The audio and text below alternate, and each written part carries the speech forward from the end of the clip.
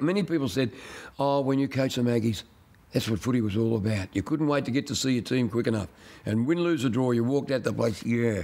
You couldn't get to work quick enough to talk about your team.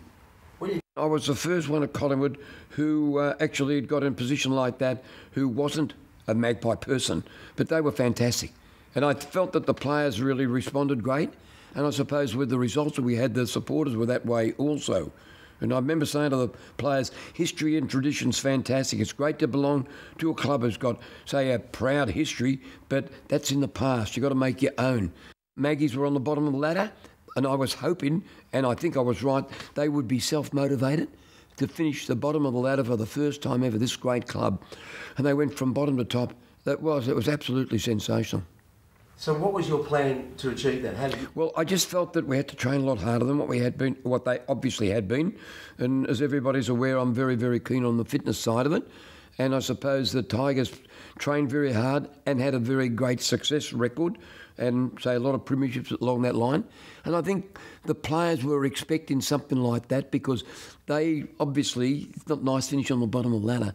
And particularly when people are saying this is the worst Magpie side that they can ever remember. Well, those things happen. Well, I think they proved that they had something, didn't they? The supporters were fantastic. They can see no wrong in their own. So one of the players could murder his mum and they'd probably say, oh, well, she had it coming. Yeah, that's along the line. That was just one of those sort of places. But it was disappointing to be sacked the way I was because I was there for 5 full years. We're in 5 grand finals. And they called me in and I said to myself, I know what they're going to say, don't take any of those articles. The rumours here, and because, mate, we're behind you to a man. They said, you got the sack. Now, it's not much good bitching about it. I didn't even speak to the press. It's not in me. Because to me, it's a big issue. To other people, it's a nothing. I had 1,000 letters from Collingwood supporters. 1,000 letters. It was unbelievable. They were so embarrassed. They said, you like what their club has done to me. But I got one, I kept it, written by Bob Ansett. He said, if you can recall, he said, commiseration call, but if you can recall when we were trying to entice you to come to North Melbourne and they offered me a 5-year contract, more than double the money I was getting at Collingwood. I said, how could man look in the mirror when he's got a contract, a shake of the hand incidentally, nothing on paper. Yeah, if your word's not good enough, where are you? Yeah, that's what he said. If you are made the scapegoat for Collingwood's deficiencies? I said, let's lie. Man's got to look at him. How can I be talking integrity, honesty, loyalty? Yeah. And then all of a sudden, grab the dough and go.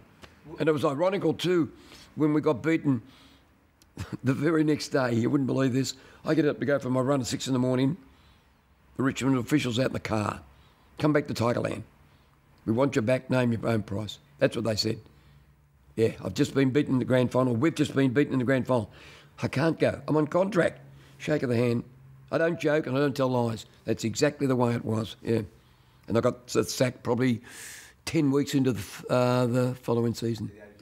When you're looking for excuses, you find everything, don't you, if it come to that?